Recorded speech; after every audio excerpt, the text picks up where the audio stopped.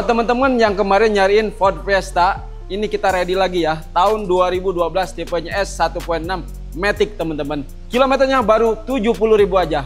Kita lihat dulu ya kondisinya seperti apa. Yuk, mulai dari bagian depan teman-teman. Lampu masih kelihatan bening ya, nggak ada kuning-kuning. Kemudian juga multi reflektornya juga masih bagus ya, nggak ada ngelentek-lentek ataupun ngelupas-ngelupas. Fog lamp udah ready ya, udah ada list chrome-nya juga. Bagian sini juga semua masih kondisi orisinil teman-teman. Kita lihat bagian samping. Di sini udah ada sound and mirror ya, sound and mirrornya bening banget. Kemudian juga ini bannya juga masih baru, velgnya rings 15 ya ringnya. Bagian samping masih pakai kunci memang. Nah, kemudian kita lihat bagian dalamnya. Nah, dalamnya masih sangat bagus banget teman-teman ya. Odo baru 70.000 km, ini service record juga ya. Nanti tinggal teman-teman cek di bengkel resminya. Kita lihat bagian belakangnya seperti apa. Yuk. Nah, ini teman-teman bagian belakangnya. Kesan belakangnya sporty banget. Ini udah ada dilengkapi race spoiler, kemudian juga udah ada sensor parkir, dan di sini ada tulisan Fiesta S. Memang karena tipenya tipe S, teman-teman. Kita lihat bagian bagasi belakangnya. Nah, seperti ini, teman-teman.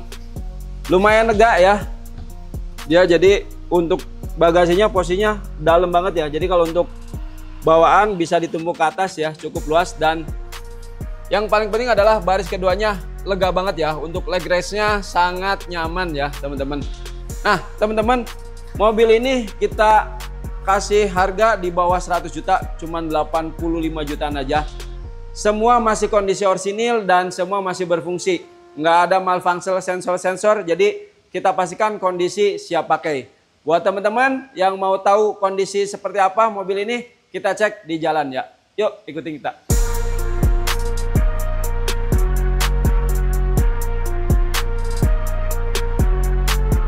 Oke teman-teman, kita lagi ada di kabinnya Ford Fiesta 1.6 2012. Mobil ini kilometer baru 70.000 ya teman-teman. Ya, buat yang ngerti-ngerti aja nih ya teman-teman, mobil ini enak banget ya. Pokoknya singkirkan kekhawatiran-kekhawatiran, takut ini takut itu. Yang pasti sampai hari ini masih banyak orang pakai mobil ini. Karena apa? Enak teman-teman ya. Ciri khas dari mobil Amerika itu ya, terutama di Ford ini adalah ini desain dari audionya ya teman-teman. Dia konsisten, mau mobil apa aja modelnya hampir mirip-mirip ya.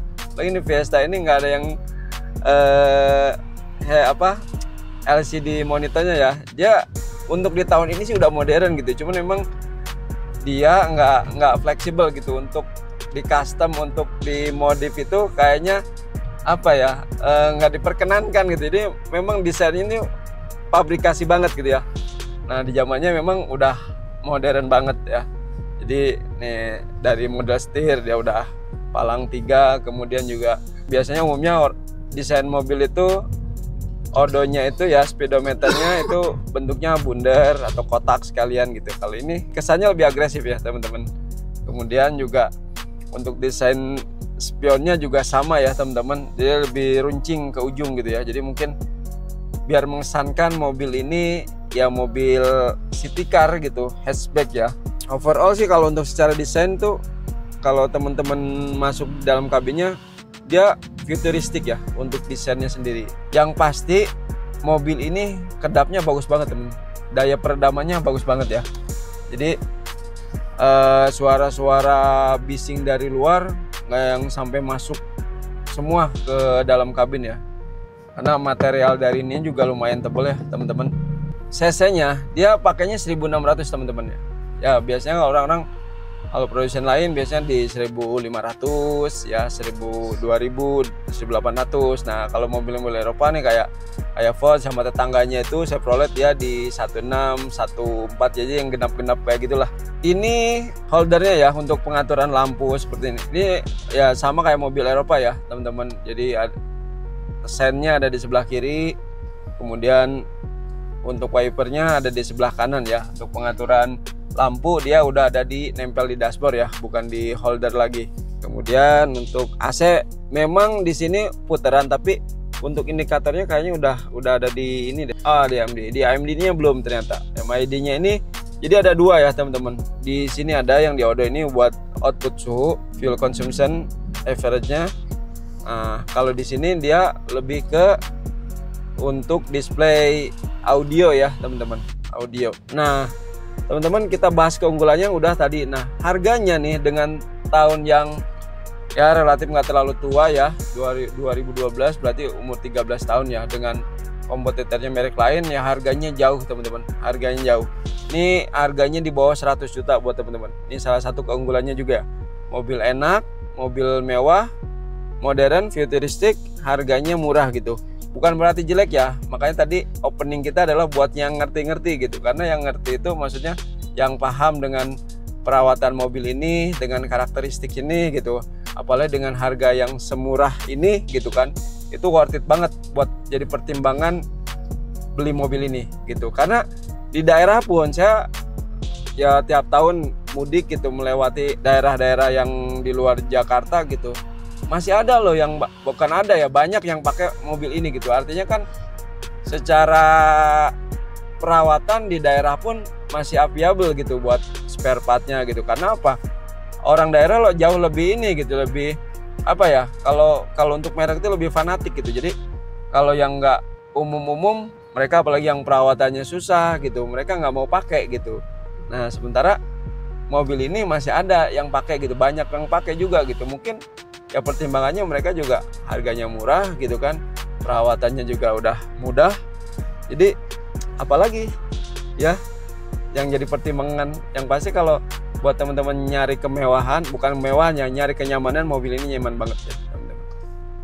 Untuk ukuran mobil hatchback, mungkin kalau di Honda punya JCRS ya ini kompetitor yang selevel ya. Oke teman-teman, kita sudah ada di jalanan yang treknya panjang. Kita coba untuk transmisinya ya. Nah ini pilihan transmisinya cuma dua ya teman-teman, D sama L. Jadi D untuk kita drive biasa, L untuk medan yang lebih nanjak, atau mungkin bisa buat engine braking di turunan yang lebih tajam ya teman-teman. Nah ini sih untuk masih enak teman-teman. Jadi transmisinya nggak ada delay, nggak ada jeda. Memang dia karakteristiknya, jadi RPM-nya tinggi gitu kan, bukan berarti nggak ada tengah dia laju gitu, tetap jalan gitu. Cuman memang ini tipikal transmisinya yang AT biasa ya, bukan yang CVT. Jadi dia untuk perpindahannya harus mentok dulu baru pindah gitu. Tapi bukan berasa kita ketahan dulu baru lepas gitu. Tapi tetap dia, nah kayak gini teman-teman bisa rasain. Nah ini udah lumayan nih, di RPM 2500 dia kecepatan udah hampir 60. Berarti kan lumayan responsif ya teman-teman. Tuh, lumayan nih ya teman-teman. Tuh handlingnya, setirnya juga anteng tuh, gak yang lari kanan kiri. Dan juga nggak terlalu enteng, nggak terlalu berat ya. Memang seharusnya seperti itu ya. Kalau mobil di kondisi jalan gitu, untuk posisi setir ini nggak terlalu berat, nggak terlalu enteng gitu. Berat juga mungkin capek nanti handlingnya, tapi terlalu enteng juga bahaya. Bahayanya apa? Pada saat kita manuver gitu, mungkin kita cuman gerakin sedikit tapi sudut steeringnya banyak gitu kan. Oh jadi bisa oleng tuh teman-teman. Kita coba sekali lagi teman.